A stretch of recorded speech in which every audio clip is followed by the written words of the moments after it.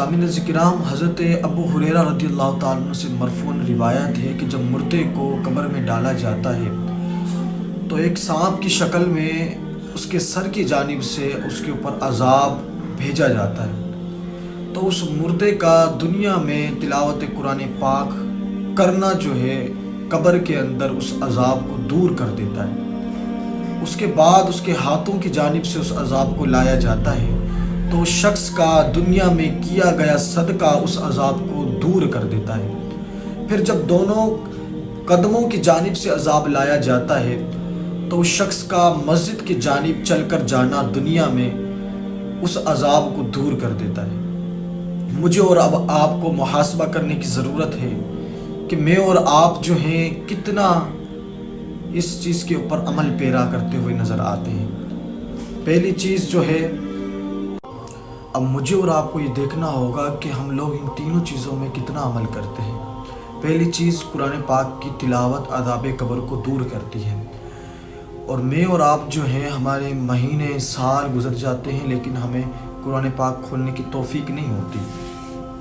اور افسوس کا عالم یہ کہ اس پر مٹی کی تہ جم جاتی ہے، لیکن ہم لوگ اتنی جرت نہیں کرتے کہ کبھی اٹھا کر اس کو پڑھنے کا بھی شرف حاصل کر لیں۔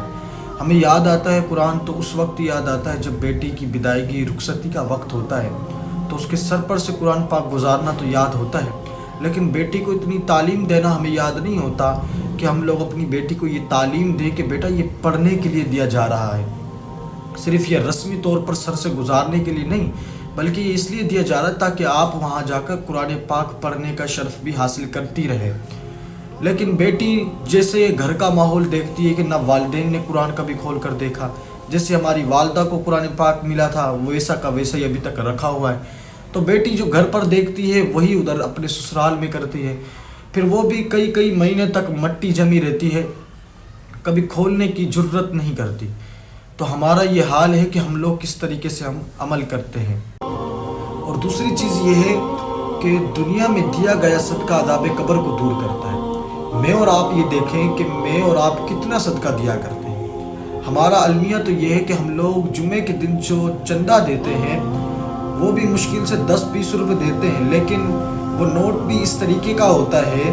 جو اللہ کی راہ میں دیا جا رہا ہے، جس کو کوئی دکاندار لینے کو تیار نہیں ہوتا،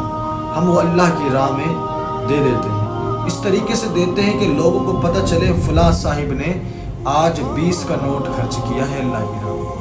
اور تیسری چیز جو بیان کی، تیسری چیز یہ ہے کہ دنیا میں مسجد کی طرف چل کر جانا عذاب قبر کو دور کرتا ہے۔ اور ہمارا المیہ کیا ہے، ہم لوگ کتنا مسجد کی طرف چل کر جاتے ہیں، یہ میں اور آپ اپنے اندر جھانک کر دیکھیں۔ ہمیں اس وقت مسجد یاد آتی ہے کہ جب گھر میں کوئی پریشانی ہو، کوئی بیمار ہو، پھر کوئی مسجد کے مولوی سے کوئی دم درود کرانا ہو، کوئی تعویذ لینا ہو، اس وقت ہمیں مسجد یاد آتی ہے۔ اور ہم لوگ طلبگار یہ ہیں کہ ہمارا عذاب قبر دور ہو جائے،